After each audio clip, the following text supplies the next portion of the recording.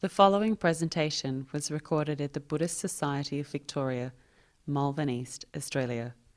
Please visit our website at bsv.net.au. Yesterday I was invited to give a Dhamma talk presentation at the Dhamma Bhavana, a meditation centre in Dandenong. And it was for young adults, so this is, late teens, I guess, to the 20s, into their 20s. They look pretty young. And the theme was how to handle stress, stress and how we can handle it. And I was presenting from a Buddhist perspective. So I thought, I didn't know really what to expect. The first time I've given, a talk there. And I thought, well, maybe 15, 20. Because Saturday afternoon, and this is this is Melbourne, this is in Australia. But the organiser said she expected 30, but I was really surprised, quite amazed. 100 came. 100. That's incredible, isn't it? I just couldn't believe it, actually. They didn't even know the subject, so that was interesting. But they probably had seen some of my talks or on the internet, so they thought it'd be good to come along, perhaps. So I gave this presentation on stress because it's such an important part, it's such a common experience in everyone's life, everyone that's unenlightened, their lives, our lives. And this is, from a Buddhist perspective, of course, we think of a stress as one of the English translations of dukkha. You've heard of this word, dukkha? Usually we say suffering. But one of the translations from Ajahn Nissarano, an American monk who has done a lot of translating, is stress. That's what he calls dukkha. And I talk a little bit more about the meaning of that word, because really it's a lot more than just stress, It's really anything that's unsatisfactory. It's really that sense of the dissatisfaction, discontent with how things are at this present moment. It may be us, it may be the things we're experiencing or other people. So it takes on a lot more than just suffering and a lot more than just stress. It's a word that's loaded with meaning. And really, I think if we want to know the meaning of dukkha, this word, it leads inevitably to what the Buddha called dukkha vedana. That's the test. If we're feeling unpleasant feeling, no matter how mild or how severe it is, that's dukkha. That is stress, or we often say suffering, unsatisfactoriness. So, I'd like to begin by asking, is stress inevitable in life? Do people think it's inevitable?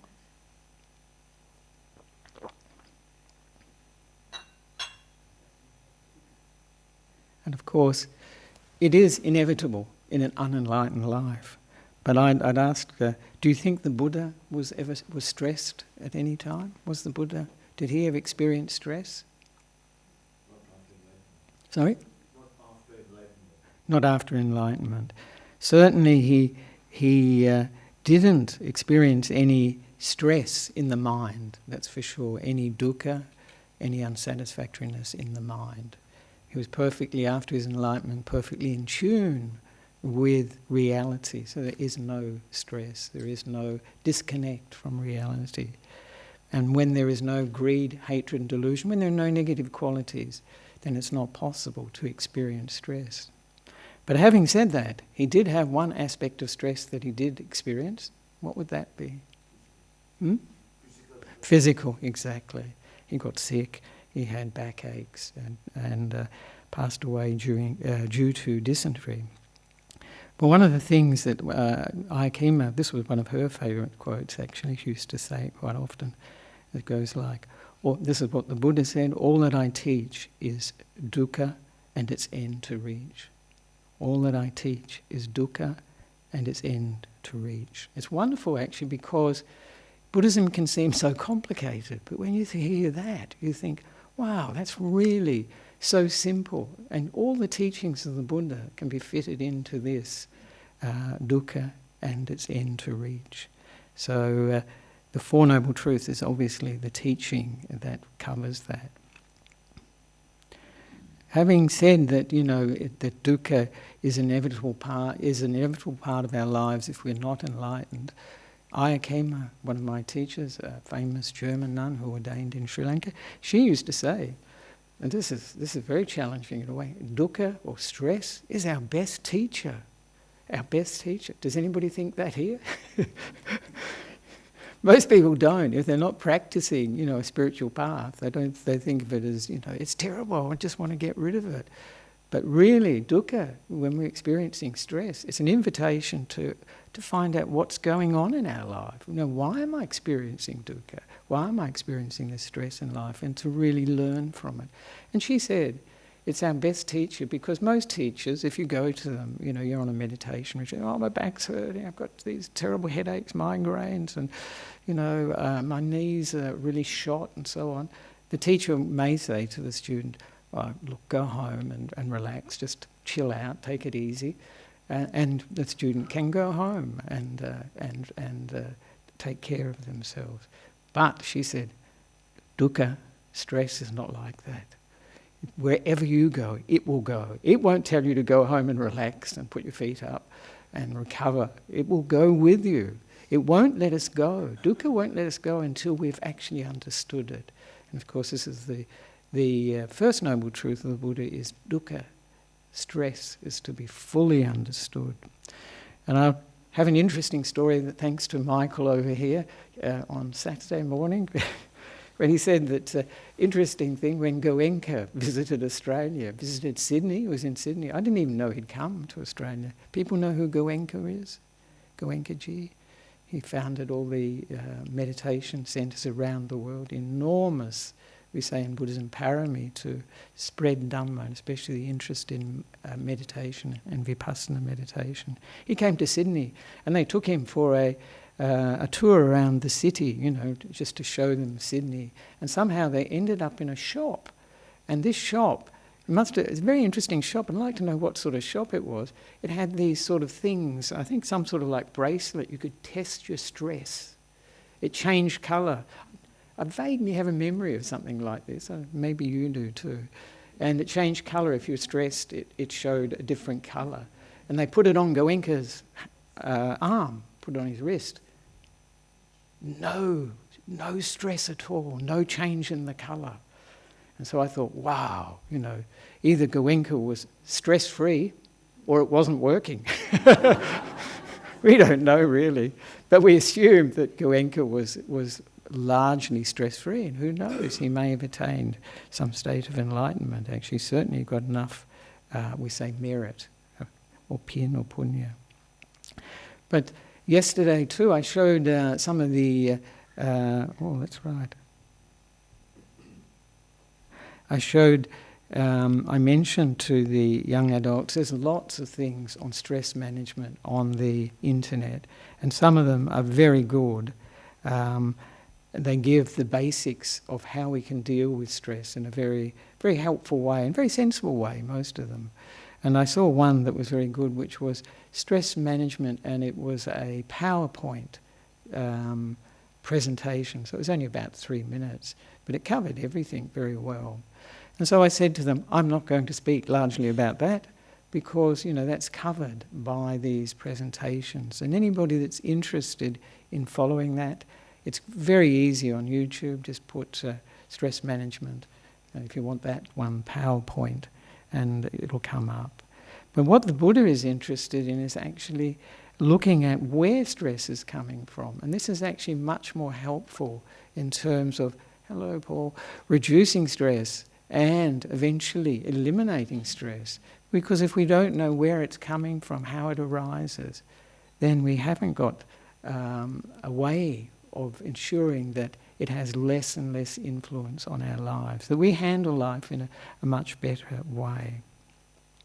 So of course the teaching that comes to mind when we're talking about stress, dukkha, what's the teaching?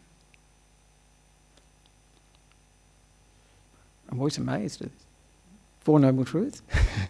It's the Four Noble Truths. And of course that is the understanding of, first of all, the first aspect of it, understanding dukkha or stress. And the Buddha said this is to be understood fully fully in its depth. And the second thing is the cause for this stress, this dukkha, this unsatisfactoriness in our life. What's causing it? And the third thing, of course this is the most important thing, the solution to that problem of dukkha, the resolution, and that's the third noble truth. And then of course the fourth noble truth is how we do it, what things we can do to deal with dukkha, to deal with stress. And I was saying to the young adults yesterday, it's this framework of the Four Noble Truths we can use in daily life. We can use anywhere, anytime. It's a very useful way at looking at life.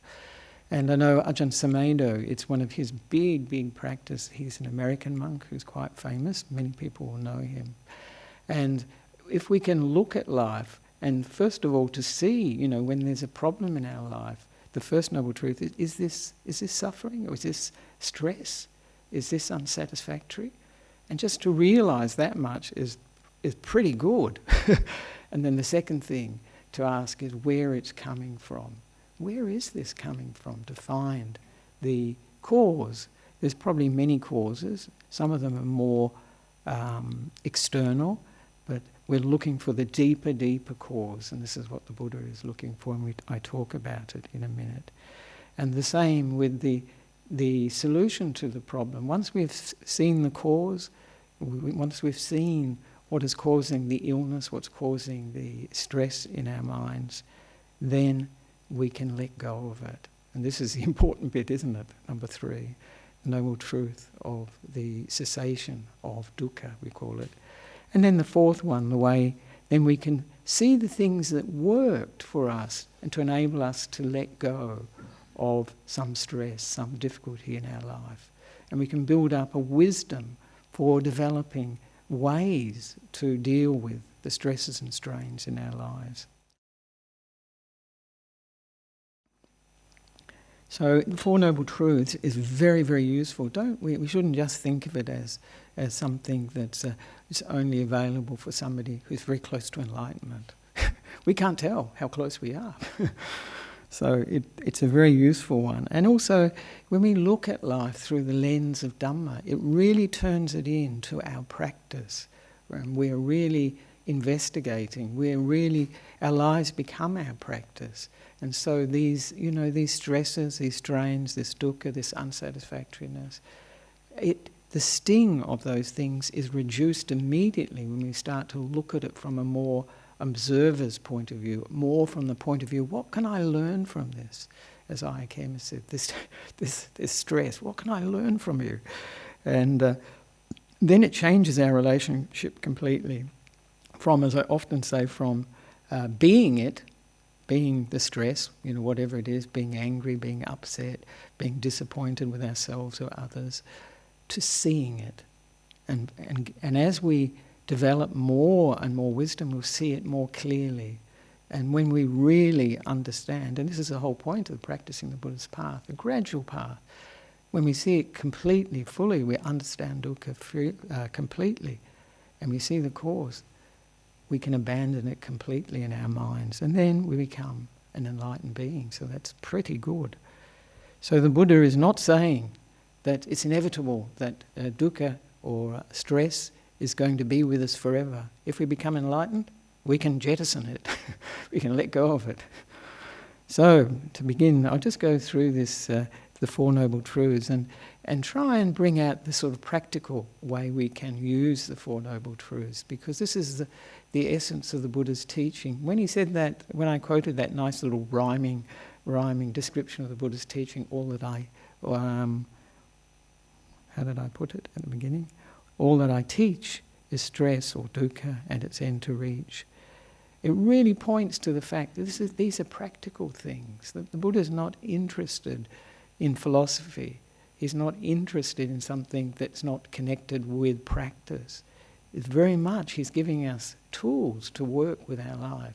The trouble with Buddhism is it's so philosophically satisfying. We can rest, we can stop at that and just be interested in the philosophy, which is a shame because it's such a practical tool for our happiness and well-being and for our investigation of life, what the meaning of life. So the first noble truth, of course, is to, as I mentioned, is what is stress? What is this unsatisfactoriness, this sense of discomfort, discontent that we can feel? Ajahn Brahm often calls it like unhappiness too. And these are like the symptoms of an illness, but they're the symptoms of a problem too. But most of the time when we have any of these things, we try and head them off. We'll distract ourselves, we'll do something else. And we don't fully understand it. We don't realise what's going on.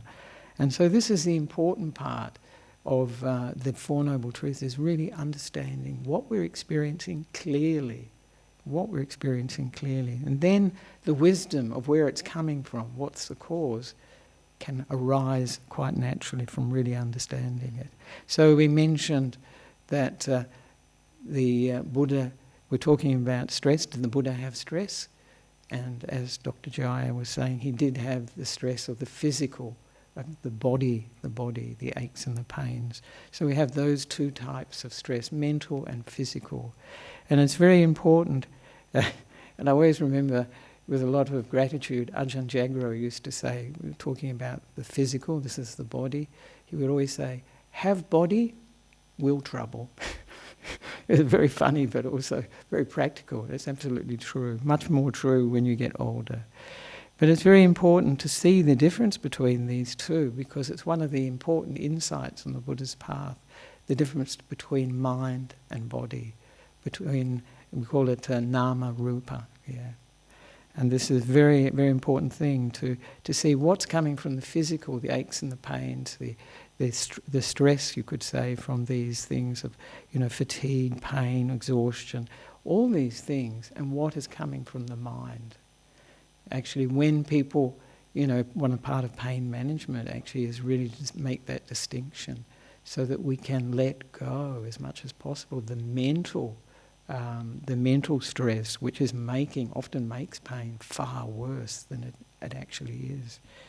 So this is a very important, because humans have that ability, we futurize, don't we? Oh, this pain's going to get worse, I can't cope with it, and we keep thinking these thoughts.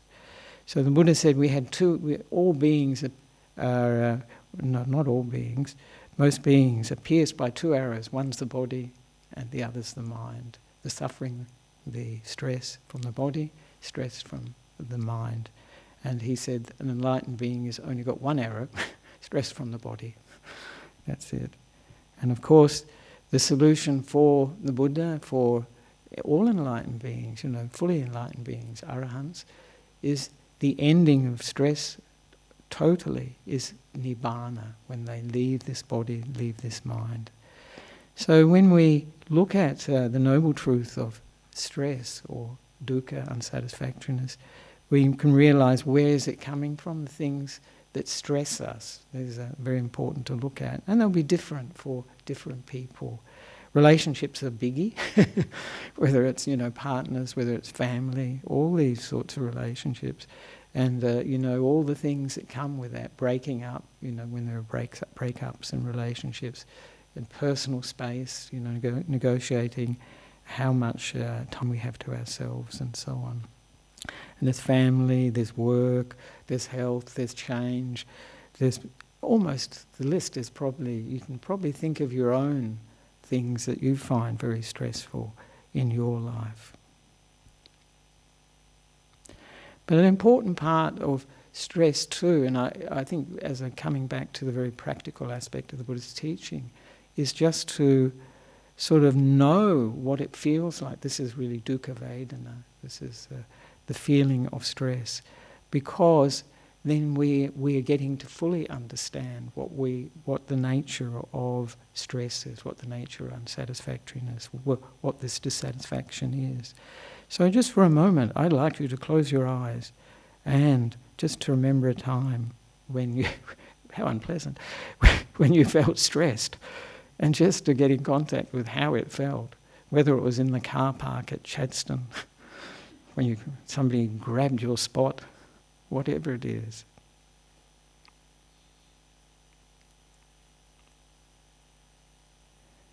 And so we can open our eyes, and you will know how it felt. I know how it feels too. And the basic things that I know everyone feels is it's uncomfortable, it's disagreeable, it's really unpleasant. There's a feeling of pressure, often with stress. One can react, would be very sort of on edge, tense, all those sorts of things. And also can come out in grumpiness. It comes out in the body and the mind. Very interesting. In the body, usually stress is in the tummy, and people say they've got butterflies in their stomach. And so it's all coming. One of the things I think is good to investigate, what is the underlying emotion for stress? Where is it coming from? And of course, the underlying emotion for stress is really fear, isn't it? There's fear, in the sense that we won't get things the way we want. That it can also be, I suppose, anger is the other aspect, that we can be irritated, annoyed that things are not the way we want. And it brings up, stress is often related to time. So for instance, time is a big one. You can sort of have this fear, I know this myself, you can see it makes it worse. Oh, I haven't got enough time to do all these things. And then we can get wound up, we can feel this sense of fear that we won't have enough time to do it. Or we may feel, the things we're asked to do, we can't do, we haven't got the ability. This can be self-doubt, actually, a lot of doubt. So in essence, anything that is dukkha, is stress, will give rise to this unpleasant feeling. And we know what that feeling feels like. And of course, many people, they, instead of actually investigating and making it part of their practice, they'll react to it and take the look for distractions. The Buddha actually said the most common reaction for all beings who are unenlightened, when they experience stress, dukkha, is to look for happiness from the senses, to go to those things that they know give them happiness. And so this can lead to people trying to find, they do, it's temporary relief from the suffering. They'll go to, smoking, drinking, eating, these are very common ones. Sex, social media is pretty good. You can distract yourself pretty quickly, spend hours actually. And I actually think it can be a source of adding time, this source of time pressure in our lives is social media and using the internet, because we can use it, we can be on it for a long time, and then we don't have enough time. So. And one of the big ones that I mentioned yesterday, because I didn't mention all these things because they had the PowerPoint that mentions most of those things. But one of the big things that people, and particularly at this time of year, people use to avoid stress, what do you think it is? It's a pretty common one. I think yes, that's right. Shopping. So this is, I remember it used to be called, I don't know if they still call it this, retail therapy. Retail therapy. So there are a lot of people in therapy at Chadstone at this very moment. And somebody told me, I almost find it unbelievable anybody would say this, but they said when 9/11 happened, I think they said, it was President Bush said it, that Americans should go out and shop. I thought, wow, it's amazing. So this is a very common response to our feelings of stress, unsatisfactoriness, suffering. So now I'd like to show a very good example, and it have a number of levels to it actually, a very good example of stress. I don't think we need to, we all know what stress is, but this takes it to another level. So I think we build up.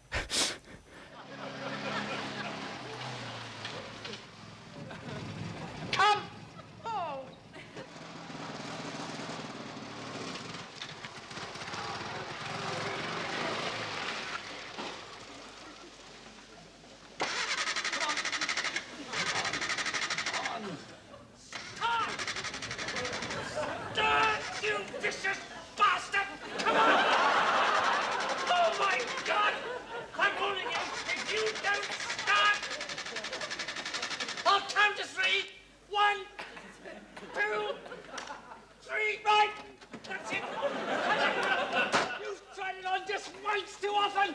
Right. Well, don't say I haven't warned you. I've laid it on the line to you time and time again. Right. Well, this is it. I'm going to give you a damn good thrashing.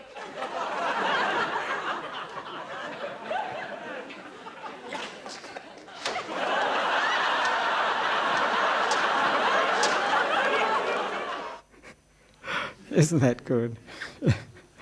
So if you want to see what stress looks like, that's a pretty good description. I often wondered how you describe Basil Fawlty's behaviour, but stress is actually a very good description of what the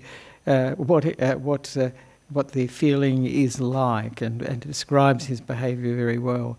It also points to a very important anti-stress measurement. What do you think that is? Anti-stress. It's humour. You probably didn't feel at all stressed when you were watching Basil Fawlty lose it with his car. And I think often we can think, how many of us have felt similar to Basil? We'd like to get out. Usually people just think they'd like to kick the car. This is a different, taking it to a new level when you actually beat the car. So it's, but it actually teaches us that humour breaks through stress. And it's really one of the teachings that, in a sense, Ajahn Brahm is giving with his humour, that it breaks through that stress. It breaks through our being centred in the past or in the future, because we're just here with whatever that comic situation is, that humorous situation is. So that's the part of the teaching we get from humour, how useful it is. And when I was doing this presentation, I had another video I didn't show the young people. A woman, that's her main vehicle for stress management, is humour, for actually enhancing people's life and sense of well-being, is humour. Because she says, when people laugh, they have these dopamines, this hormone in the brain, and this brings up a lot of well-being, a sense of well-being and happiness for people, albeit temporary. So it is a very useful thing for relieving stress. But of course, the Buddha wants to go deeper than that and look at the cause of the problem. And the second noble truth of dukkha, or stress, is concerned with what is causing this. And of course, he says that the cause has to be abandoned. We need to let go of it. This is what the third noble truth is. So the important thing and this is a very, at the crux of our experience actually, where is stress coming from? Where is it coming from? Is it coming from the relationships? Is it coming from our family, from work, from study, from the time pressure, like when we don't have enough time? Is it coming from those things? Maybe it's easier to say, is it coming from outside ourselves? That's a leading question, isn't it? And of course we know that it isn't, because it isn't coming from outside. If it were coming from outside, it would be impossible to become enlightened, to let go of all dukkha, let go of all stress, which an enlightened being does, except for the body. They have no mental stress. So just to realise that it's coming from our minds is getting to the area to focus on where the problem is. And this is an important thing that many people, when dukkha arises, Ayakema used to say this, one of the favourite things people do is the blame game. And they blame their parents, they blame the government, they blame climate change, they'll blame, anything, but then looking at the source of the problem, which is in ourselves. Of course there are things to change in the world, but we have to see for ourselves where these emotions are coming from, whether it be anger, whether it be stress, all these things obviously coming from within us. If they weren't there, there would be no stress, there would be no anger, there would be no craving or desire for things, we wouldn't be at Chadstone, those sorts of things. And of course one of the things that means, and this is where the brilliance of the Buddha becomes very obvious, is that he puts the emphasis on the mind. The mind is the forerunner of all our experience. The mind is how we create our reality. There is a reality out there, but what we put on top of it comes from us. And so we can develop the mind. Most people don't. They don't think of developing the mind, cultivating the mind. They think, well, that's a bit weird, isn't it?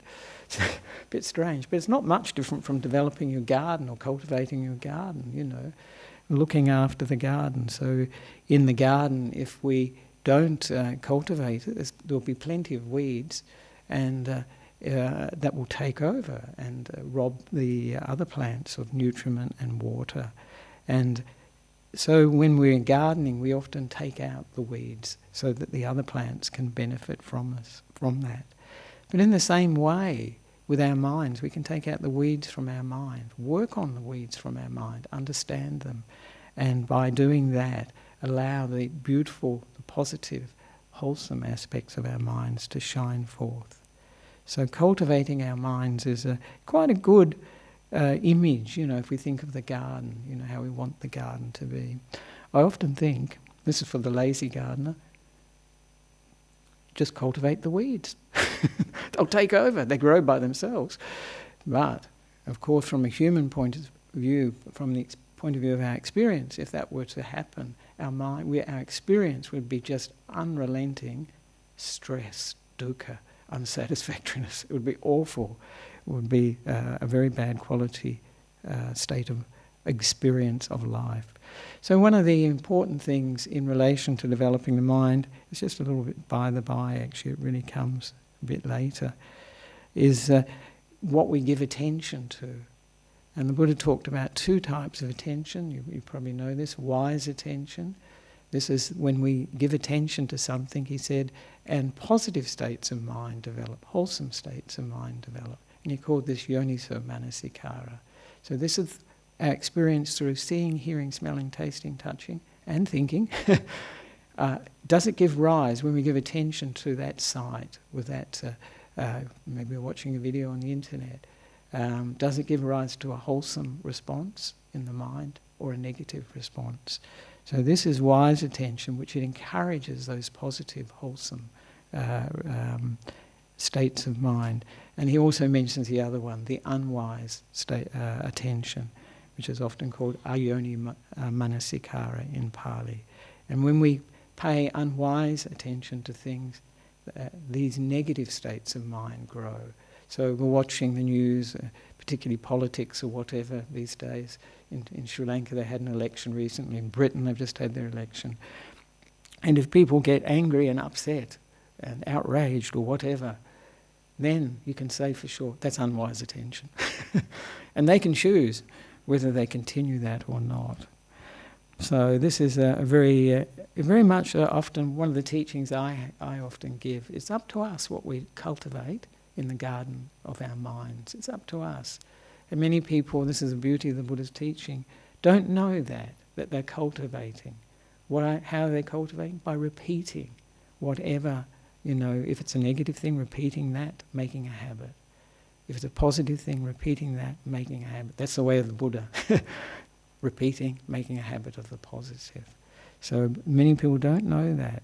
But the cause for and the Buddha is mentioning the cause for our stress, for unsatisfactoriness, dissatisfaction, discontent. What is the cause? This is Buddhism 101.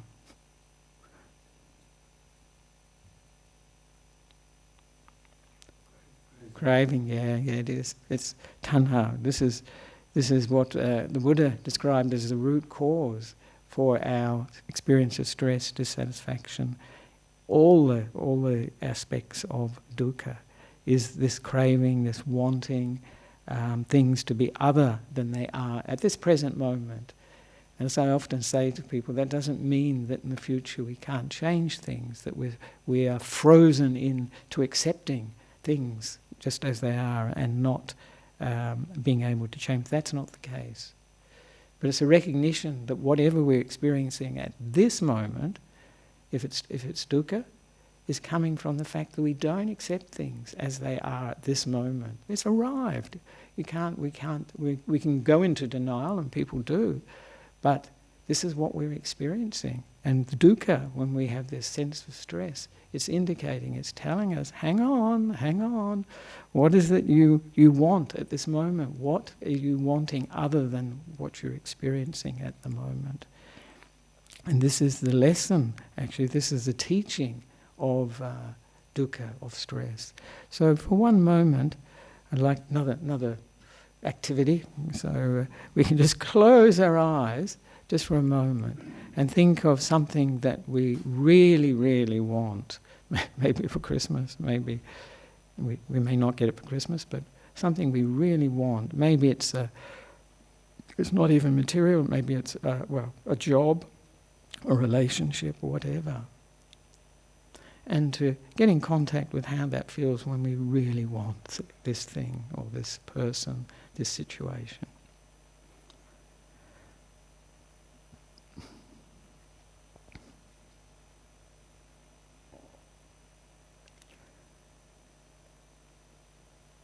And now, hopefully having got in contact with that feeling of wanting, really wanting, just to let go of it completely for a moment.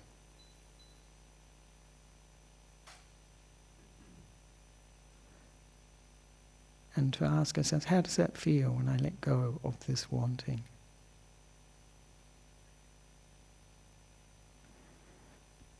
So this gives us, we can open our eyes now, this gives us some data about life, and about the nature of wanting, the nature of desire and craving.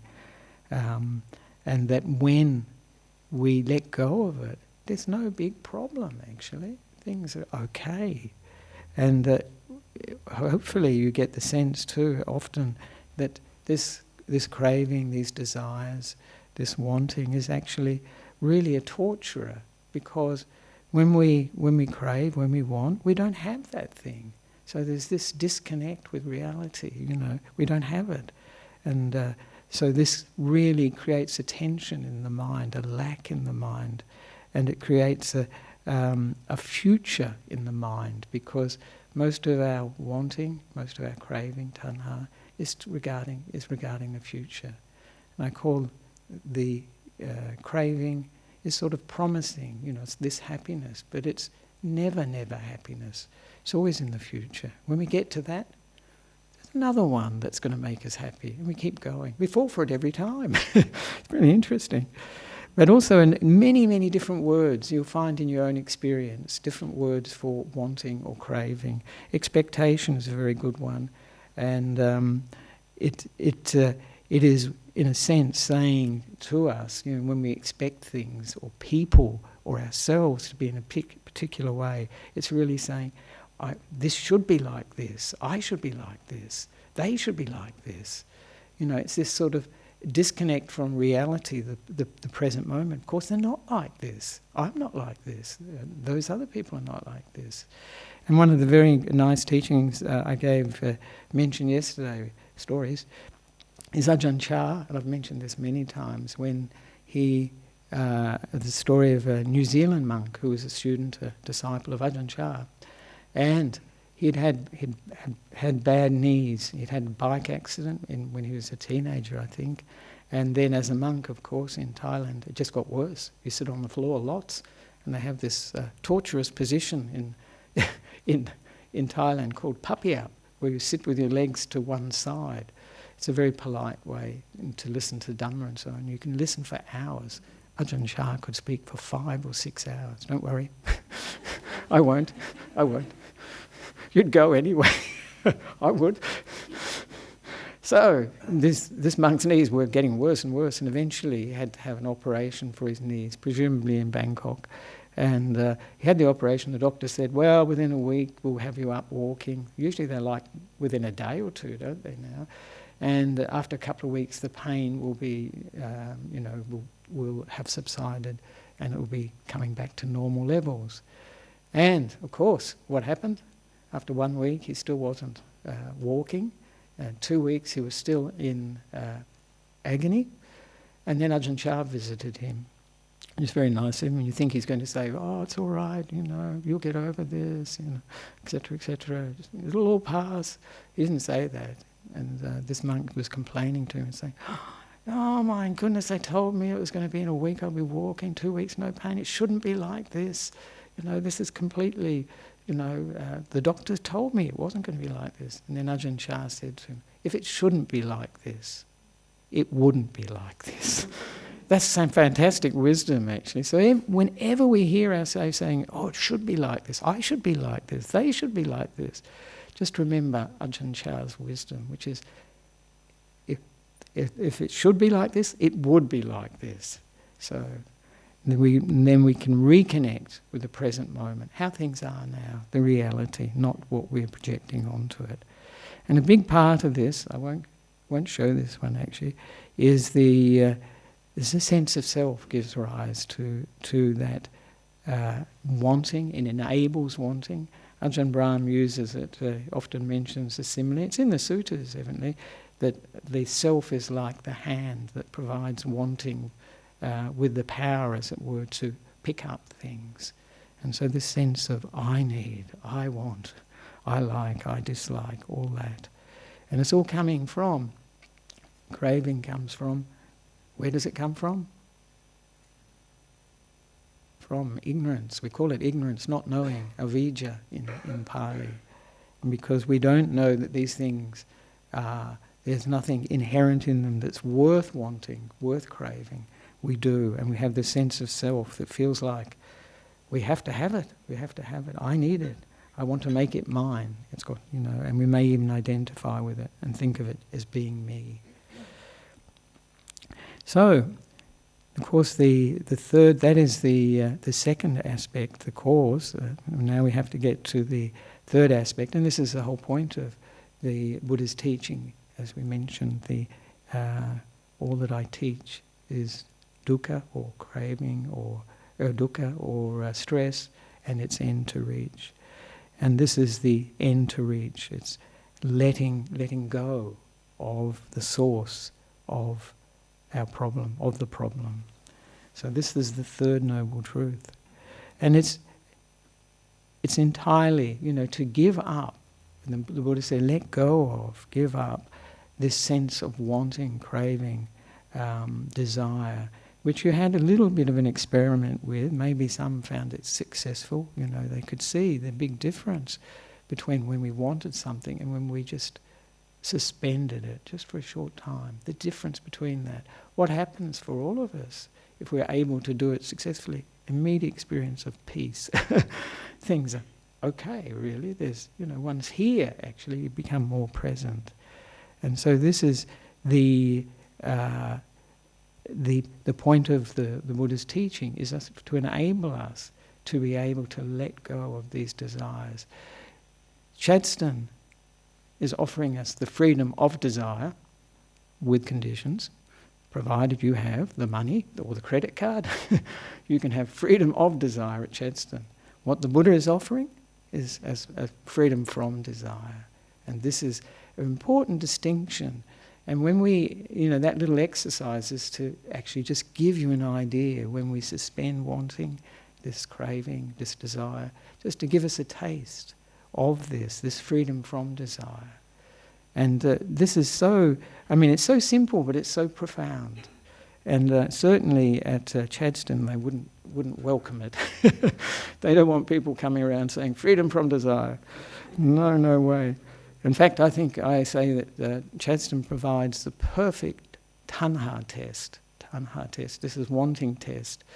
You walk in, because this is often the experience, people say, I don't need anything, I don't want anything. They walk into the shopping centre, oh, that looks good, oh, it's really cheap, oh, it's a lovely colour, this sort of thing. And before you know it, you've bought something. So the tanha test, the test for wanting, is to go to Chadstone, walk in the door, and then walk through Chadstone, come out the other side without having bought anything. See if you can do it. It's much harder than it sounds, I think. So this is the whole point, when we see that letting go of desire, when freedom from desire is actually happiness. And there's a lovely story, I've told it before here as well, it's just beautiful actually, of a monk and a nun in Europe. It was in Europe, and for some reason they're going to a Buddhist centre, and one of them was going to give a talk there. But they had to go through, the shortcut it was through a shopping centre. And they walked through the shopping centre, I think like Chadstone, I think of, but it's probably, fairly similar. They're very international, these places. Tanha is international. And they walked through it, and then the nun turned to the monk as they came out of the shop and said, "You look really happy, really radiant. Why? Why?" And he said, he said, "So much I don't need." Can you walk through Chadstone and come out the other side and say, "So much I don't need"? It'd be really wonderful if you can do that. Because then we're getting freedom. But also Chadstone will be pretty upset though. They'll probably put security guards out, prevent you coming. So this is the third noble truth. And of course, the way to, the fourth noble truth is the way to realise the freedom from stress, the way to end stress in our lives. And the classic way, of course, the Buddha was talking about is the Noble Eightfold Path, practicing that. And of course that is right view. This is so important in our lives because most of us, and particularly people who are non-Buddhist, we'd say, don't have a roadmap of what reality is like. They don't have the idea that karma, our actions of body, speech and mind, are really important, that there is rebirth, or even entertaining the idea there is rebirth. So understanding the world, the right view helps a great deal. It's not our experience, but something we can work on, see if it's true. And then, of course, the second one, right intentions, how we practice the path, how we live our lives. And this is a very important, one of the factors that's often overlooked, is the fact that we practice the life not thinking what we can get from it, or practice the teachings, but practicing the sense of giving to life, giving to our practice from a sense of loving kindness, gentleness, and also practice from a sense of compassion, helpfulness, not harming ourselves or others. This is very important for how we live our lives, but how we practice the path. And then he said, of course, there is right speech, and this is a biggie. This is a biggie for everyone. The speech is the one that hurts so much for people. And the Buddha, there's a lovely saying where he says, all of us are born with an axe in our mouths. Isn't that a wonderful saying? All of us are born with an axe in our mouths. Do you think like that? It's pretty amazing, isn't it? But it's quite a very strong way of telling us speech is so important. These days, I'm sure Ajahn Brahm's updated it too. We're all born with a chainsaw in our mouth. I'm sure it's become a chainsaw for him, which is quite catchy. And then from that, right action. So this is the way we speak and we act in the world. So this is keeping the precepts that we took earlier. And then, of course, right livelihood. How we make our livelihood. Are we making our livelihood from ways that harm others and actually harm ourselves, because we make a lot of negative karma from engaging in livelihoods that harm others. Then, of course, we have right effort, and this is very important just to see that we avoid let go of negative states of mind, and we develop and maintain positive. And of course, as I say, the developing and maintaining of positive states really circumvents or helps us to avoid and let go of negative states, because there's not so much opportunity if our minds are more positive, more wholesome, for the negative to come in. And then sammasati, very important. We know what's going on in our life. We're present to this body and mind. This is where the teaching is. Dukkha is our best teacher, but it's in our bodies and minds. So we can learn a lot from that. And then sammasamadhi. This is we call right stillness, Ajahn Brahm's calling it. This is when the mind comes together and really develops power to see deeply into things. So this is the path for letting go of dukkha, letting go of stress. So I'd like to finish there. There are many things we can do for stress, obviously. Exercise is fantastic because we come into the present moment. There's some breathing exercises, breathing, deep breathing, not heavy breathing. Deep breathing can be very relaxing, and everybody knows that when you feel stressed, if you take a few deep breaths. And there's a wonderful exercise, I find it very useful, by Dr. Andrew Weil, called the 4-7-8 breathing technique. It's on the internet.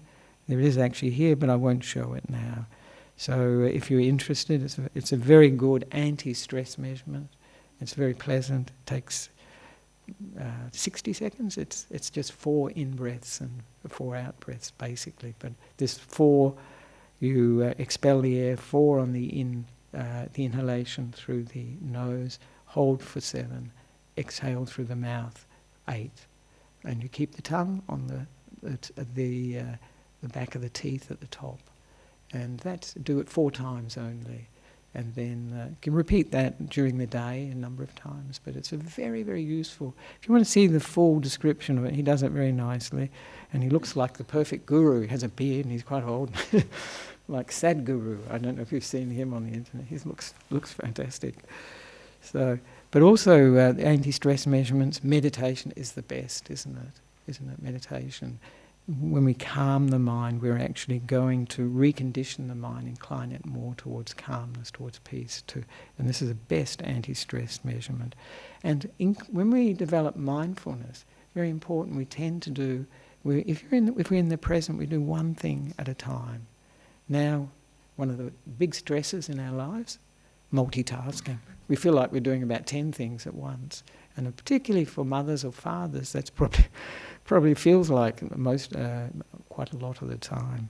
So this helps us just to be in the present moment. Deal with what we have to in the present moment. So these things are very useful. And just the other things that are very, very good is to work on the mantras that feed stress. We're all running from... The stress is not just coming from out of the blue due to not having enough time or due to work demands or relationship demands. It's not just arising out of nowhere. There's some thought pattern that's feeding it. And it's very good if we can identify that and find a mantra we can use in our meditation, we can use in daily life that works for us. And some of the good ones are, never mind, no matter, everything will be all right. That's a bit too long. What's the other ones I've got? That's quite nice. No worries, very Australian. This too will pass. Stay calm and breathe. That's quite good. You see it on T-shirts now, so that's quite good. So if in our meditation, when we use a mantra and we feel like there's been a lot of stress in our life, we can just use this mantra, breathing, no worries. Or never mind, breathe out, no worries, never mind. Or we can just have the mantra going in our minds. And we can use that during the day as well. And very good, because so much of what we experience is coming from self-talk, talk in the mind. But after a time, it's like it's done what we call shortcut. No, what do they call it when it goes from the computer programs? It's a shortcut, I think, and it comes straight up. We don't see the thinking that's really that's feeding it. So very useful. And in the end, the most important thing for us to develop is the wisdom that understands things. That's the way we let go of stress. That's how we can let go of wanting. So this is the important thing for us. So I think that's it. I had another funny video, but I won't show that one. Because I think Basil Fawlty gave us a very good example of what humour can do for us. So this is another aspect of it. If we can take ourselves, as they say, lightly, if we can laugh at ourselves and the situations that cause stress in our life, you won't have stress actually, we won't have stress. Because we'll have things in perspective. Because when we're stressed, it's like the old example of the hand like this. I can hardly see you at all. But when I move it back, when I get perspective, when I use wisdom, I can see you, I can see everything that's going on. I can see the hand, the stress that's in my life in perspective. So there's much, much wisdom in the Buddha's teaching that enables us to let go of wanting, craving, seeing the value in freedom from desire, not freedom of desire. I think after freedom of desire, January, the big credit card bills, it'll soon become apparent the downside of that. So I wish you well for walking through Chadstone and coming out the other side with nothing. So sadhu, sadhu, sadhu, sadhu. So if there are any questions or any comments or complaints, I might have a complaint from Chadstone actually. All right. Hi, John. Yes. Yes. I just want to ask you for Yep. Jesus Christ and the apostles and Yes, Moses. Do you think they were enlightened and stress-free? And Yes, that's a good question. Were Jesus and the apostles enlightened and stress-free? I would say, it's only my opinion, but I would say Jesus wasn't aiming at being enlightened. That was not the aim of Christianity, is really to be reborn in heaven with Jesus and with God. That's the aim. So the idea of enlightenment is not really something that Christianity is really interested in. Having said that, you see it in any religion. There are people who practice their religion, develop enormous goodness, enormous kindness, incredible qualities. And you see that in Christianity with people like Mother Teresa and many other people, the great saints, had this incredible kindness, incredible goodness, and wisdom with it as well. But their aim isn't, the agenda isn't to become enlightened. That is something, because to become enlightened, is to finish with being reborn again or existing in any state of samsara, existing in any other state, whether it be a heaven, whether it be a hell. We talk about these different realms of existence, or as an animal, or as a ghost, and so on.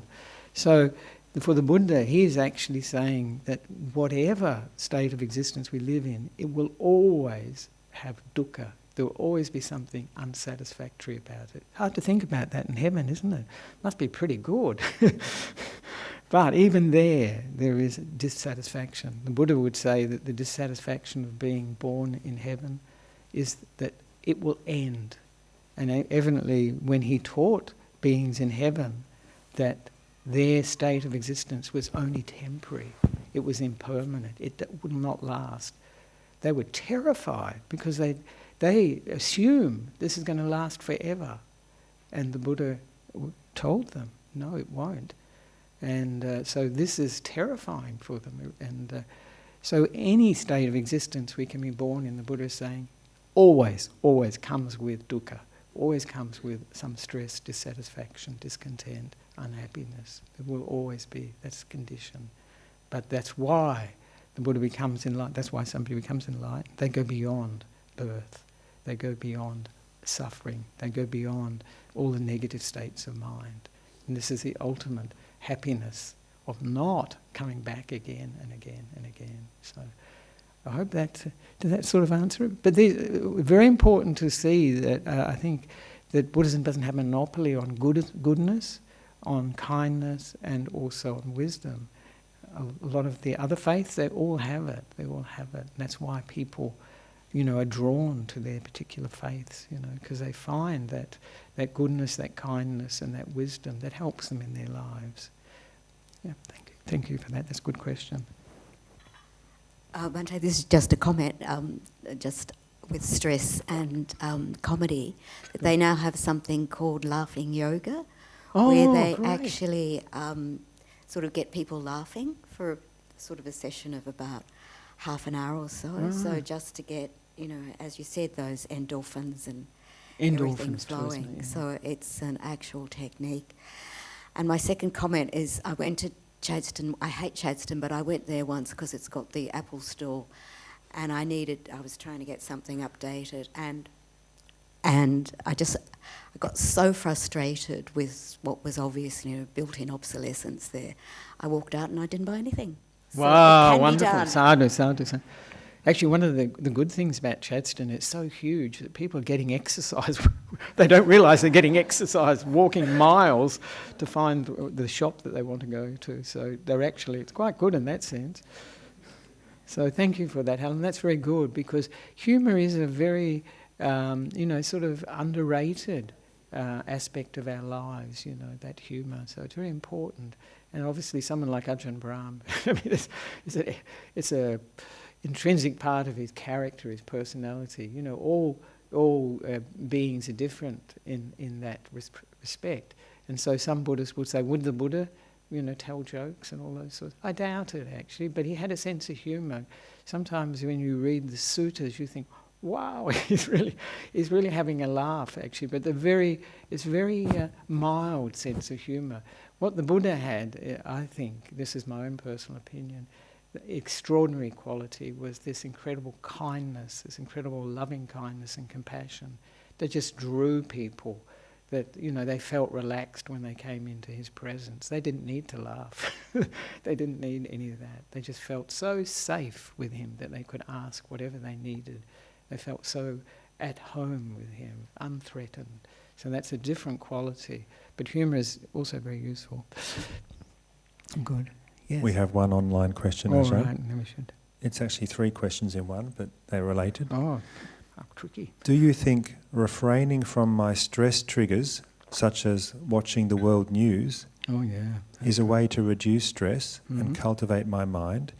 What is the difference between just escaping that trigger and being wise? Right. And about knowing my limits.